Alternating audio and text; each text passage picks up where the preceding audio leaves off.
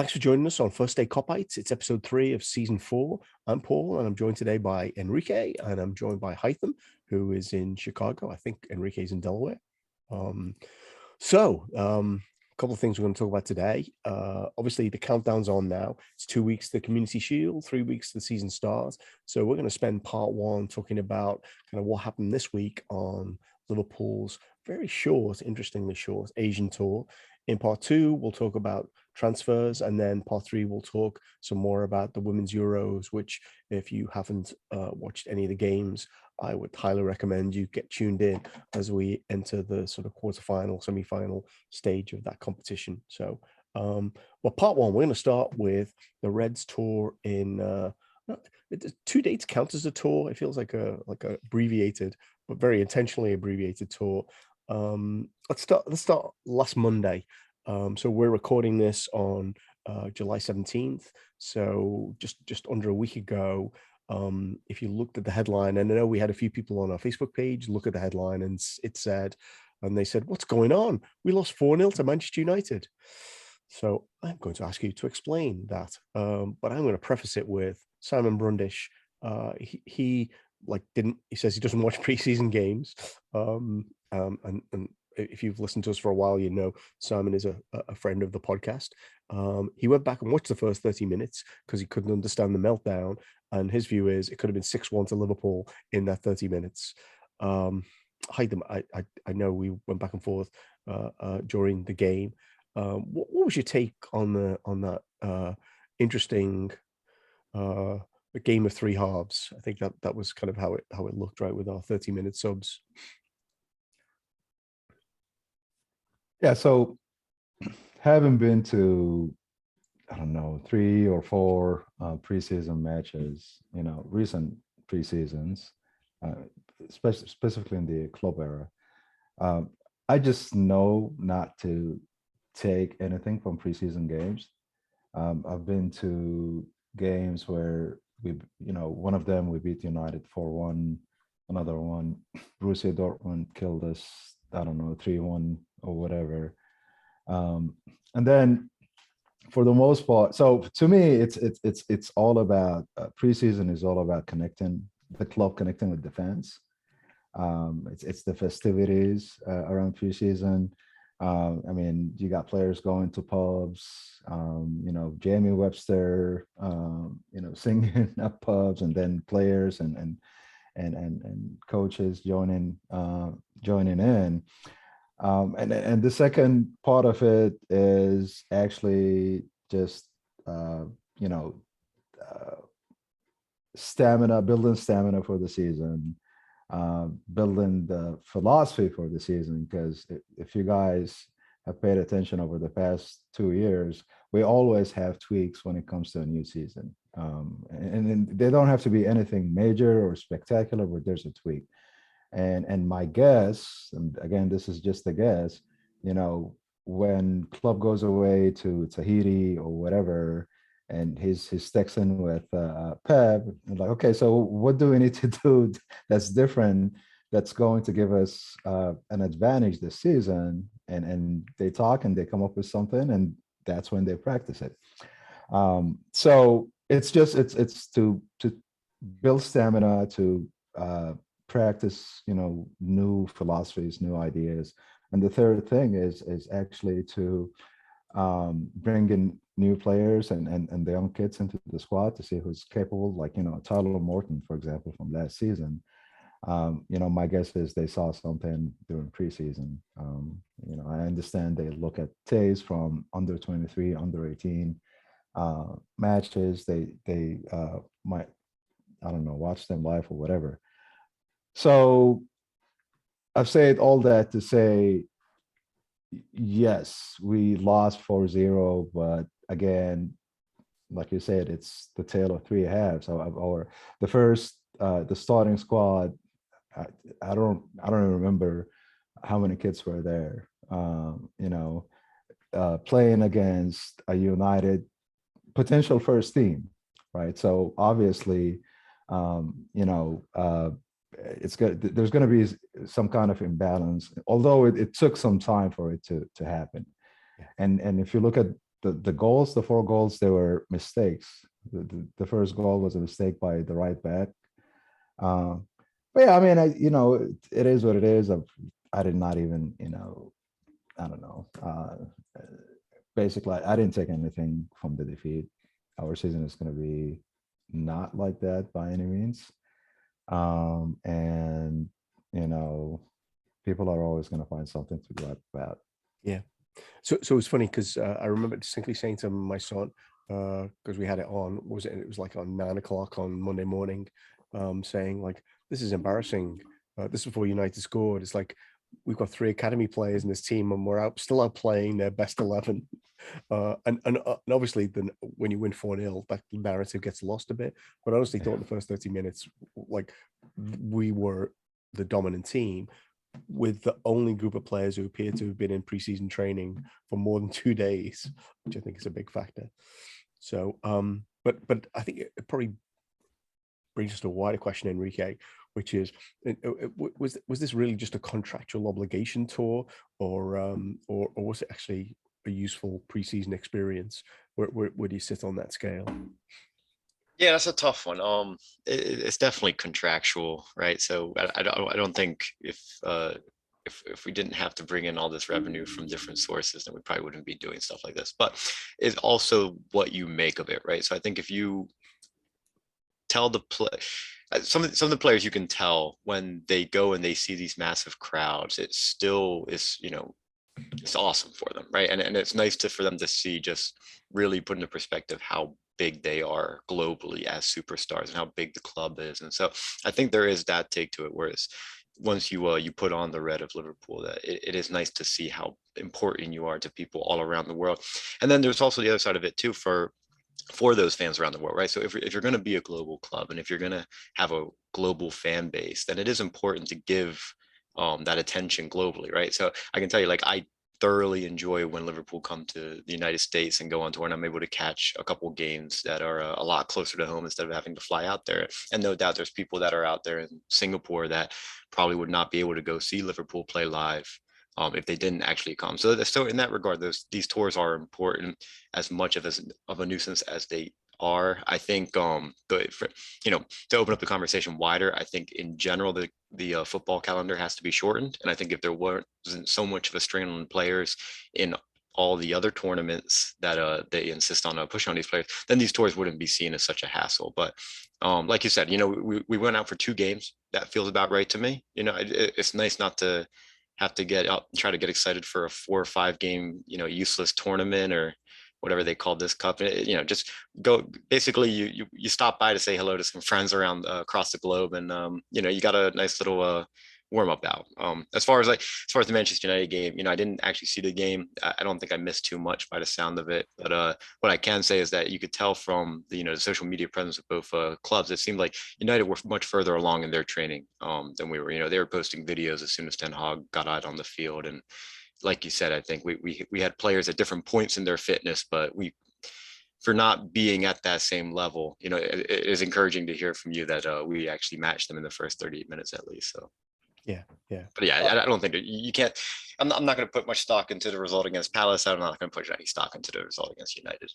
If the United fan base wants to get excited about this, then I think that just shows levels as to where they're at right now mentally. They desperately needed that result. Which, to say that they desperately needed a preseason win is something. Well, they've got a 100% preseason record right now, because they also beat some A-League team. But and also technically this is a new manager bounce, right? And we always get stuck playing a team in a new manager bounce. So. That's great. Somebody, it might have been Neil Atkinson, said, imagine if the result had been the other way around, what the meltdown on Twitter would have been around United. No, they put out their best 11, close to best 11. Let's have a swing at them in the second part. But I like that. I do think, clearly some good things come out of this. One is seeing how big Liverpool are across the globe. I think is I do like to see. I do think there was some kind of bonding going on, especially with Darwin Nunez and Fabio Carvalho. Looked like they were kind of being integrated, which is good, and hopefully will stand us in good stead. I'm going to ask a kind of one more question about the tour, which I'll preface with. Apparently, we didn't win a single game in the 2019 preseason, and that's of course the season we did win the Premier League with another 90 plus 99 points. I think we got. So maybe that's a symbol. So Haitham, I know you did watch the games. Was there anyone who kind of stood out to you in terms of performance? Any concerns that you had about what you saw with some of the players? And I know this is really early, but I felt like there were a couple of players really stood out to me. But I'll let you go first, and I won't prompt you with names. Yeah, I'll start with the concerns. No concerns at all. I mean, it's just you could tell that a couple of the veterans were just taking it easy. Like Hendo, the 30 minutes that he played against United, I don't even remember seeing him touch, making a pass or touching the ball or whatever. So that's but yeah, I have no concerns. The concern, it's not really a concern. It's just to me, it's a little unfortunate with Ox, of course. Getting injured. It's just like it's happening a lot. I know he doesn't have control over it, but it's just unfortunate. And then Ali's injury, but good thing they're happening now. Actually, not that it's good. It's never good, but it's good that it's happening now. So even if it takes a couple of months, and Jota actually. So those are just now you're sounding more like Sean. Actually, now you've started to list out all of the bad things that could have happened. It's a good thing for me to sound like Sean. I just want to be as handsome as he is. That's all. So from things that caught my eye or players that caught my eye, obviously Carvahlo. I've seen him play in the championship, and seeing him bring in some of that flair with him in the couple of games, or just displaying some of it. Obviously, again, it's preseason. That was good to see. Some of the kids too. I thought Tyler Morton played pretty well, especially in the first match against United. I thought he did well. And even Nunez, I know it's going to take time for him to, score goals or all of that stuff. And the idiots out there that are saying, oh, he's not a good player, or he can't keep up with all of that stuff. New Andy Carroll, I saw somewhere. Right? Yeah, it takes time. That's clever, right? I wonder where they got that from. It took Fabinho, I don't know how many months before he started. It took Robertson months, and sometimes it's just pretty lucky. Luck is the word that I'm going to use for some players, like Salah, Diaz, to come in and just carry on. But the norm is actually for it to take time, until the player can integrate themselves, mentally and physically and performance-wise into a new team. That should be the norm. And the others that run with it from the get-go, I think those are just anomalies, actually. So Carvalho, even seeing Elliott, coming back in, he looks like he's going to have a great season too. But yeah, there were a few sparks here and there, and they're pretty exciting to watch. Yeah. So I'll turn to you and Enrique. So by the way, I'd called out Elliott and Carvalho. I thought some of their football was great. I thought Chamberlain looked pretty bright in the couple of segments he played. So hopefully the hamstring is not too much to be concerned about. I was actually going to touch on for the Palace game. For what I saw, I mean, we still just look so dynamic down that right side, and in the first half that was without Salah, right? So it was because of Elliott and the overlapping runs from Chamberlain. It was almost because we had, I think, so Milner was there, and it seemed to me because Milner cannot bomb forward the same way Trent goes. The overlapping runs were being handled by Chamberlain, between Chamberlain and Elliott, but we were just still. It seemed like most of our attacks, or at least the attacks that led to our best chances, including that first goal for Henderson, were all coming down that right side. And I forget where I saw it, but I saw some quotes about Harvey Elliott and the goals he set for himself this season. I think that should just get every Liverpool fan excited that he's very much going into this season with the mentality that he wants to break into that England squad before the next tournament, and he wants to. I think he wants to hit double digits goals is what he's setting for himself. So, if he gets even if he has 10 goals this season, I think we consider it a great success. So I'm very excited. I liked a lot of what I saw from Harvey Elliott that game.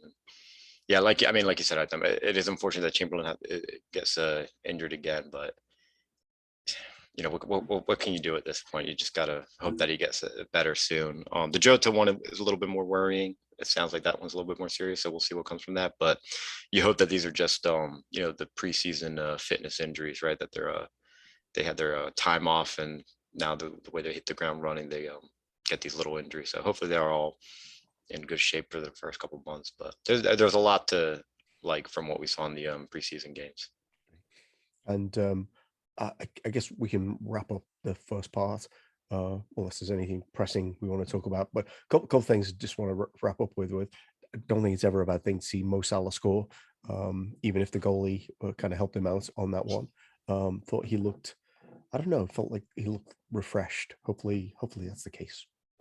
Final thing, which we could have talked about, but I just will mention it, is the Standard Chartered deal got renewed. And that's where the information came out that apparently the Singapore game was an obligation of the previous contract with Standard Chartered, which I thought was interesting. But I put together I was like looking at my collection of Standard Chartered shirts over the year, and I've got I think it's the 2013-14 shirt with the on Warrior. And it's like I was putting them up on the wall, and it's like the new shirts just feel better than whatever they put into that shirt, and it feels like that's symbolic of kind of where we are now. Finally, I'd say, if you guys saw it was apparently on Friday. It was the 8th anniversary of us signing Lazar Markovic. Or if you saw that. Yeah. So I have a story about Lazar, by the way. Go ahead. So and it's a preseason story. Yeah. I watched them play. I watched Liverpool play Panathinaikos. I think it was what's the other famous Greek team? Olympiacos. Yeah, thank you. I watched them play Olympiacos preseason here in Chicago at Soldier Field, 1-0, and the Liverpool legend, Lazar Markovic, scored that goal. So that's what preseason, kind of, shows people, like, legends get made during preseason. Yeah. Don't make your season assumptions off of what you see in preseason. That's sad, right? No. He could have been a player. Yeah. So actually, Sean was criticizing my comments about like how far have we come. I think I said on one post on social media, he's like, "That's a bit harsh," and it's like, well, I think we're actually in a different. We're definitely at a different table now than we were back then. Yeah. How foolish were we back in those days, thinking, of course we're going to win things. Yeah. Anyway, and just a comment about the Standard Charter deal. I think the women actually fall under it too, the women's team, which is really great. I don't even remember who their sponsor was last year, but now it's like, the men and women, and I can see that it's helping out because they're starting to they just signed a Dutch international player who happens not to be playing for the Dutch team at this point, but I think she came from Lyon yesterday or the day before. She did. She won a couple of Champions Leagues, and I can't remember her name either, but yes. That's good. Poor research on my part. But it only happened yesterday. Apparently she was at the Netherlands-Sweden game watching, so and she's already training with the team because they put up a training video earlier today. So it was good to see. Yeah, I agree. So let's leave it there in part one. That's how the Reds are doing. We'll be back in part two. We'll talk about what's going on happening with other clubs, and of course, it's hard not to talk about the evolving, confusing story of Barcelona. But let's try and dig a bit deeper into that in part two. Hey, welcome back to part two of First State Kopites. We are going to branch out here and look at what's been going on across the Premier League and probably not much further than what's going on in La Liga with a certain club in Catalonia, who I think we've consistently been confused by their ability to sign players when they apparently still have €1 billion debt, and weren't allowed to sign anyone. Weren't allowed to sign many players last summer, and effectively they lost Messi as a result of that. So let's touch on Barcelona next, but let's start with, and I'll start with you, Haitham. Obviously, this week there's been a lot of comings and goings. Todd Bowley may know what he's doing. Sorry, Sean. And Manchester United still seem to be struggling to sign too many players, although they've added a few. All of whom seem to come through the Ajax youth system. Sure, it's not a coincidence. What have you been impressed by, and what have you been confused by with the Premier League signing so far this summer? Yeah, I think, overall, I'm just baffled by how I'm trying to use a good word, because poor is actually an insult to the poor, if I put it in this context. But just how financially unstable most of the teams in Europe are, and it's showing just during this signing period where it's mostly the Premier League teams that are signing players left and right. And I don't know if it's a bubble. I hope it's not. But Chelsea has made a couple of good signings. Koulibaly, solid player. I really think he is, top 5 center back in the world at this point. Although he's older and all of that stuff, but with center backs, they can play, beyond, I don't know, into their mid-30s or whatever, and perform at a higher level. And I think with you can definitely, unless there's like a career-ending injury or whatever, you're going to see that with Van Dijk, Matip, the same thing. So I think them signing Koulibaly, to be honest, I think he's a better player than Rudiger. So that's definitely an upgrade for them. Even Sterling, I think definitely he's way better than what they have right now. Just looking at the people on the left hand, the left-handed or left-hand forwards, I think he's an upgrade over Pulisic, over Werner. So they still need a couple of other players, especially in the midfield. I think their midfield with Conte's injury issues. I mean, the only player that's really solid in the midfield for them is Kovacic. But Jorginho, Loftus-Cheek, whoever, they're just, I don't know. To me, there's a lot of inconsistency there. So we're going to see they use Gallagher this season. Yeah. We'll see. Yeah. I don't think they will. I think they should. I'd be more scared of them if they should. But sorry to interrupt, but they do. No, that's okay. Yeah. I think Arsenal has done some great business too. Jesus, he just scored yesterday in Baltimore, beating on the Ev. Scoring against Everton's really not. Yeah. But he's definitely an upgrade. That they have. They signed a couple other players. Of course, Bayern got Mane. I think that's a steal for them. I still think they got him for cheap, which kind of annoys me.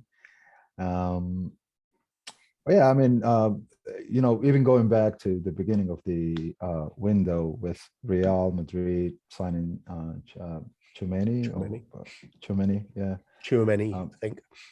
Tchouameni, yeah. I think he's a good player. I think everyone last season, the past couple of seasons, have been talking about how their midfield is getting older and what they're going to do when Yeah. they run out of steam. I think they've taken care of that.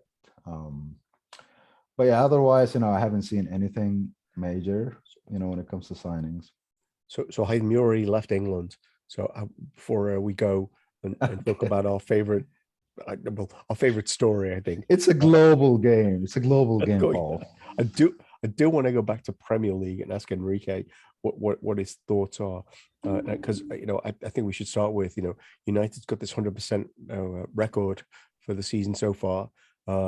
They apparently have signed Ericsson, Malacia, the left back from Eindhoven, and apparently Martinez, the 5'9" centre back who wins more headers than Harry Maguire. I read today, which I was like, I don't know what that even means, because obviously he's playing in the 7th league.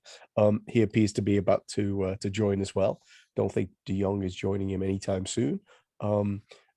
You feel free to talk about United's amazing summer. Yeah. But what I guess the more serious point is what signings are like, oh, that's a good one, and what signings are like, what are they doing? Yeah, so I mean, as far as the United signings go, I'll wait and see. I don't know if I hold the same excitement that United fans have, because apparently they have the best left back and best center back now, or so they would have you believe. But I think that kind of speaks to the state of the league, which does get me excited for this season, because I think right now all of the traditional Big Six, their fan base, everybody's very confident going into this season. I'm not sure I can remember too many seasons in the past where across the board for the Big Six, everybody is feeling good about the business they're doing.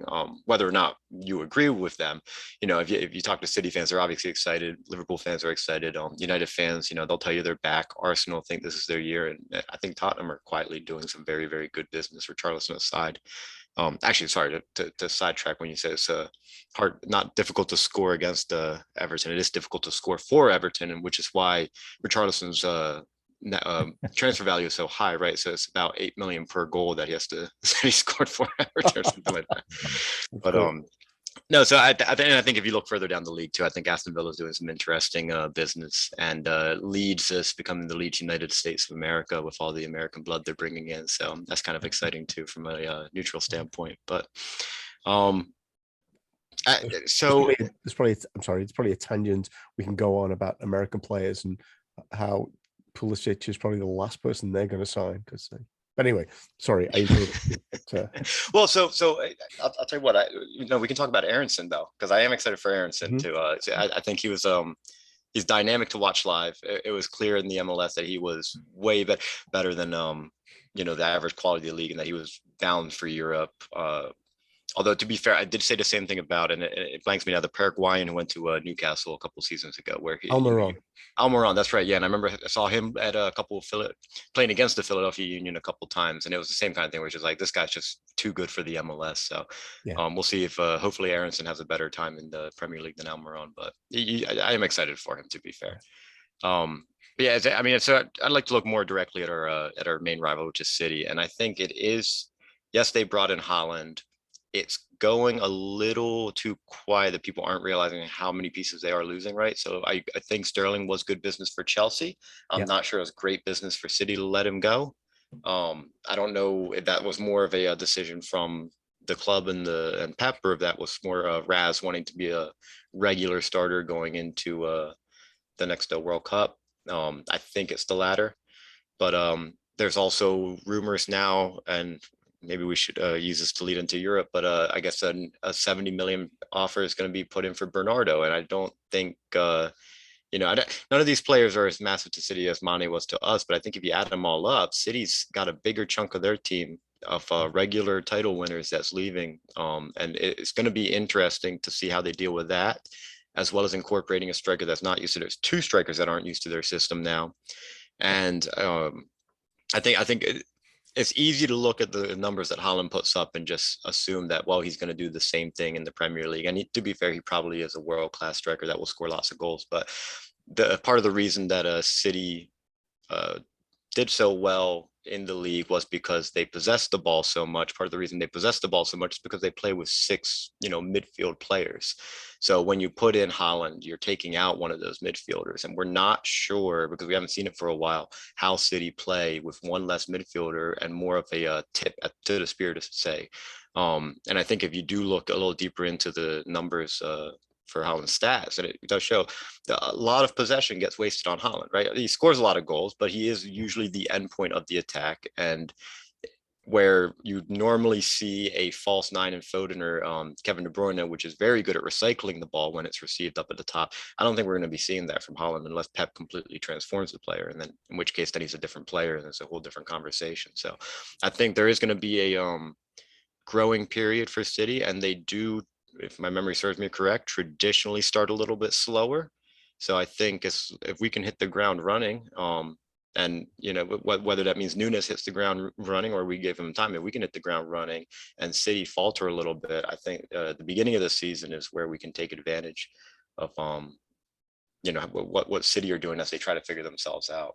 As far as the rest of the big 6, I'm not worried yet about the business United are doing.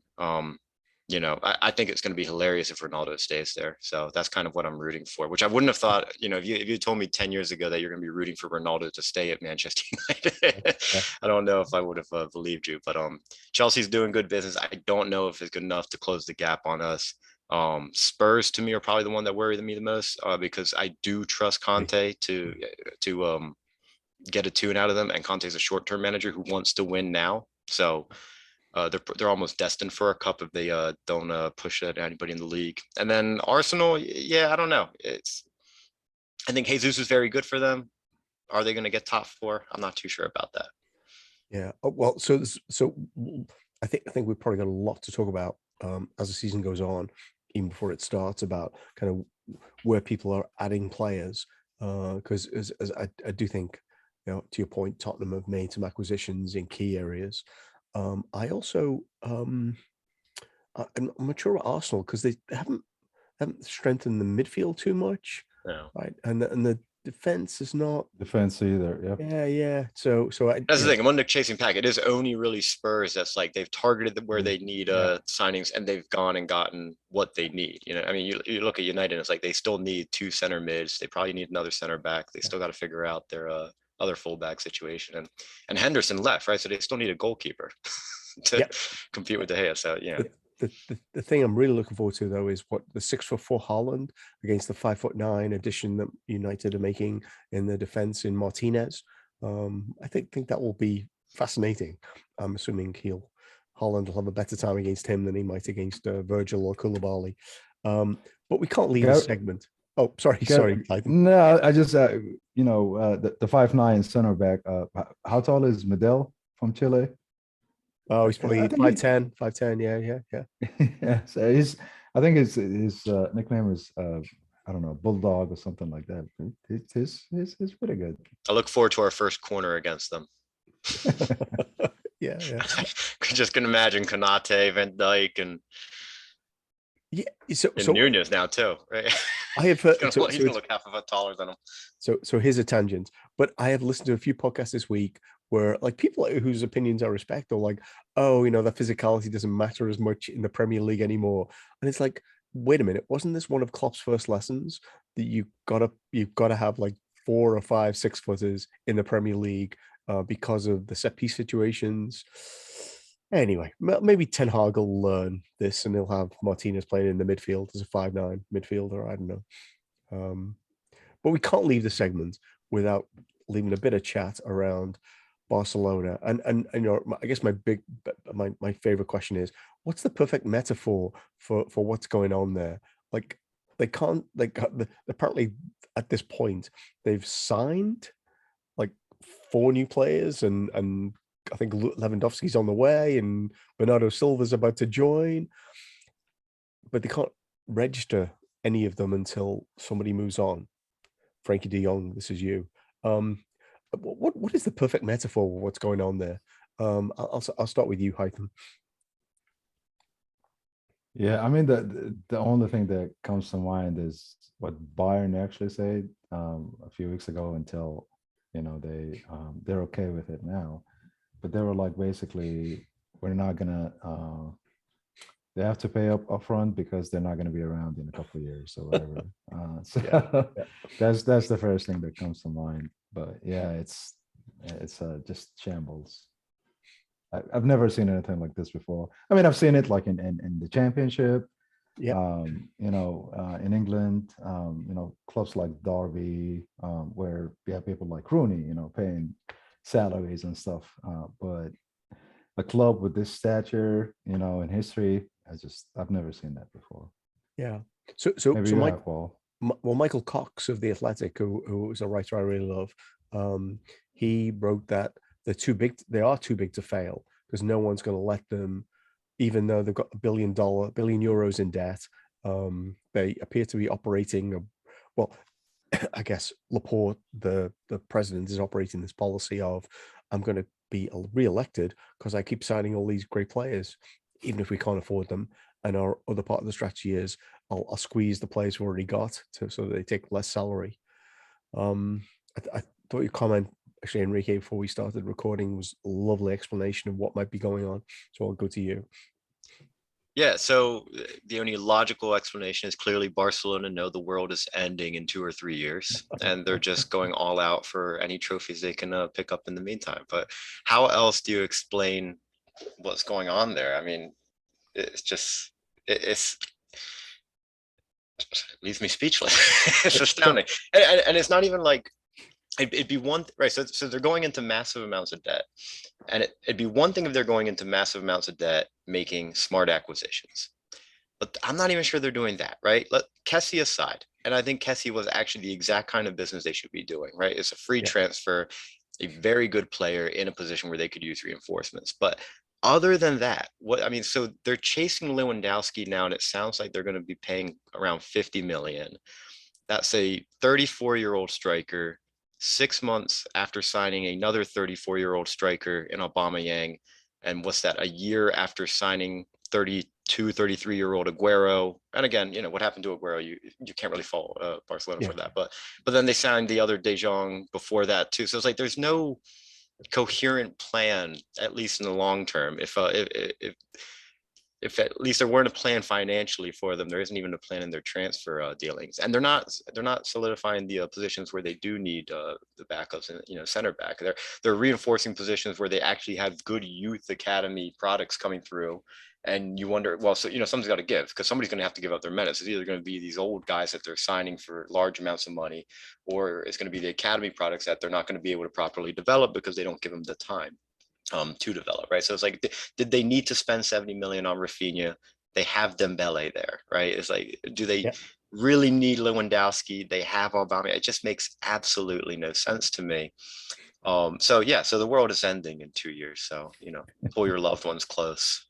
Barcelona might win the Champions League, I guess. That's what they're going for. But that does actually seem to be their strategy, right? Their strategy is let's mortgage our future, or let's mortgage our future to pay for the present. And they seem to think, well, all we have to do is win La Liga and the Champions League, and then we'll be bringing all the income back in. And they're nowhere near winning either in my book, even with these new signings.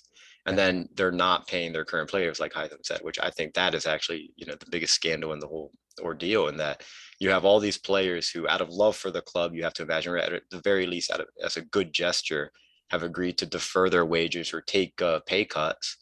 And it must just feel like a slap in the face to them to then have the club say, well, we can't pay you the money we owe you, but here's your new teammate we just paid, 70, 50 mil for. And he's earning more than you are, right? Yeah. Yeah, exactly. And it just, I mean, if you're a player in that situation, are you really going to be playing at your absolute best for the club that seems to be screwing you over like this? It's a mess. And yeah, And go figure, United is involved because they're chasing after a player that doesn't want to go there, and they're going to spend all summer doing it while not reinforcing other positions that they do need. So in that regard, I do love what's happening. You know, watching two of the most shambolic clubs try to deal with this transfer back and forth. And I do think Frankie is a pretty good player, but you know, unfortunately, he's in the middle of all this. I do like his stance where every time it comes out, yeah, I just don't want to go there. Yeah. So, and whether that's because he wants to stick around and actually wait for his paycheck to come in, or actually if he does not want to go there, right? I mean, I think there's enough influences in his circle. You know, you have the Louis van Gaal, but you probably also have Memphis Depay in this year there too, right? Where they're just telling them about their experiences at United, perhaps. Yeah. And by the way, Barcelona is a fine city to live in as long as I'm being paid at this level. Anyway, I mean, there's so many things. I tried to describe this scenario to my kids, for better or for worse, as it's like the really drunk guy's got the key to the like the high-end liquor cabinets, and they keep kind of going back. You know, every day is a new story with, they can't sign Rafinha, can they? Well, sure enough, they did. They can't sign Lewandowski. Well, apparently now what Bernardo Silva's next in line. Yeah, you know, I think we're all going to look a bit foolish when they win the Champions League next year. But somehow, I don't think that's going to happen. The only good thing from United's perspective is they are making United look a well-run club at this point. Yeah, Barcelona. Any final thoughts?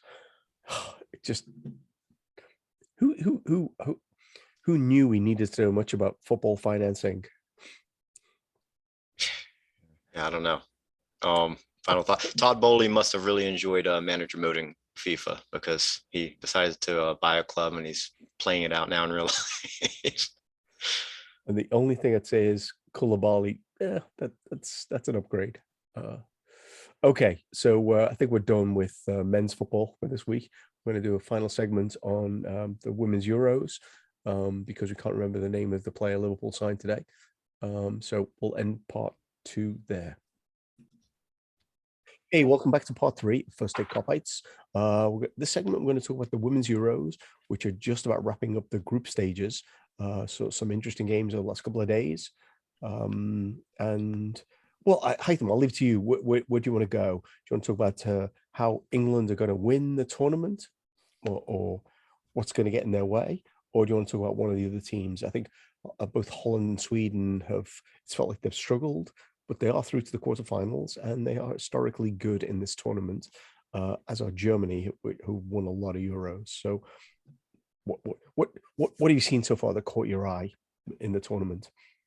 To be frank, so I must confess, I'm not a fan of England, but they've been playing pretty solid football. I don't know. I mean, I've seen them play in the past in the World Cup, and you know, they're not, you know, top 5 team in the world or whatever.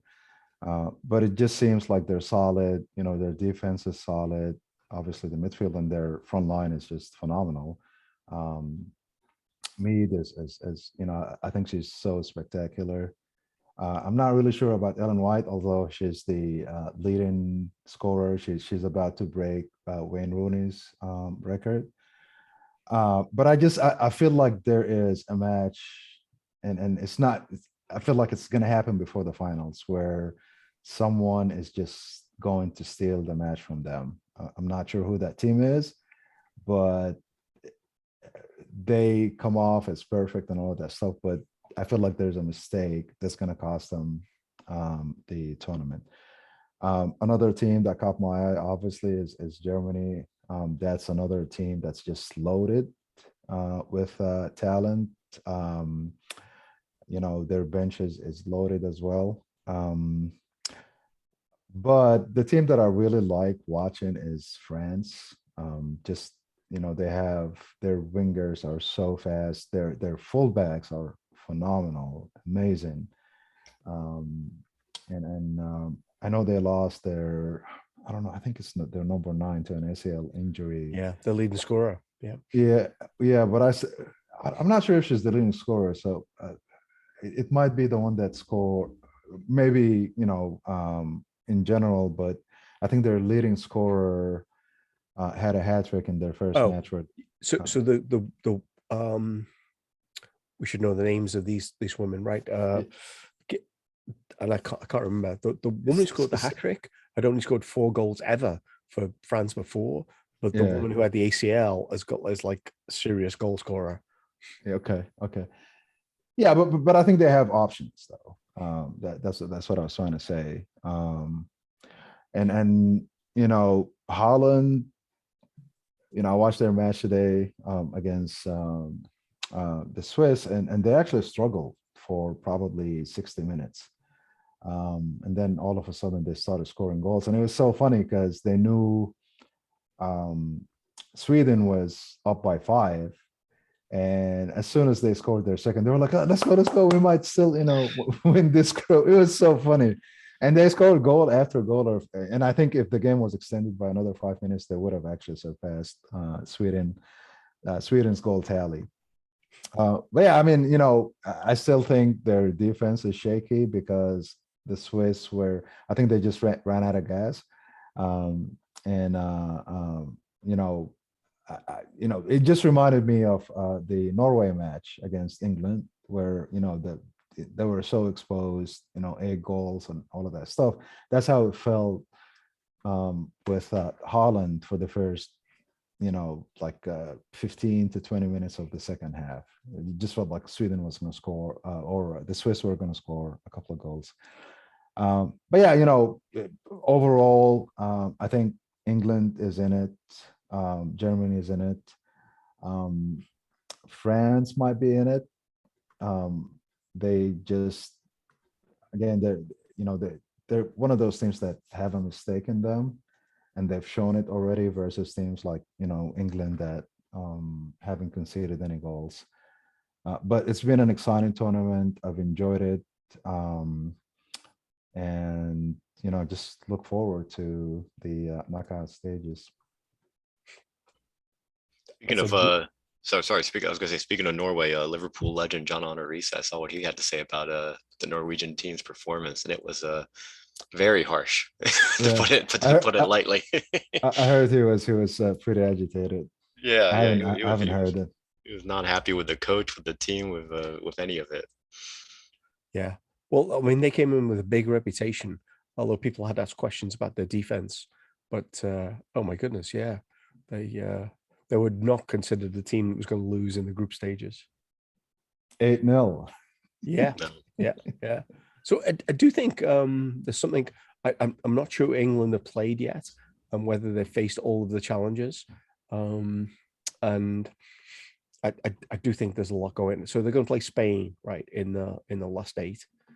Spain came in as favourites, I think, for the tournament, but then they lost Alexis Putellas, I think I've got the name right, who is, I think, widely regarded to be, like, if not the best, certainly one of the best footballers. She won the Ballon d'Or, Ballon d'Or last year. Yeah. So and just to pick up on earlier, the French striker Katoto was the one with the great record, and it's Grace Gayuros who scored the hat-trick and does not have a great goal scoring record. So I think they are going to be challenged, as Spain have obviously been without Putellas.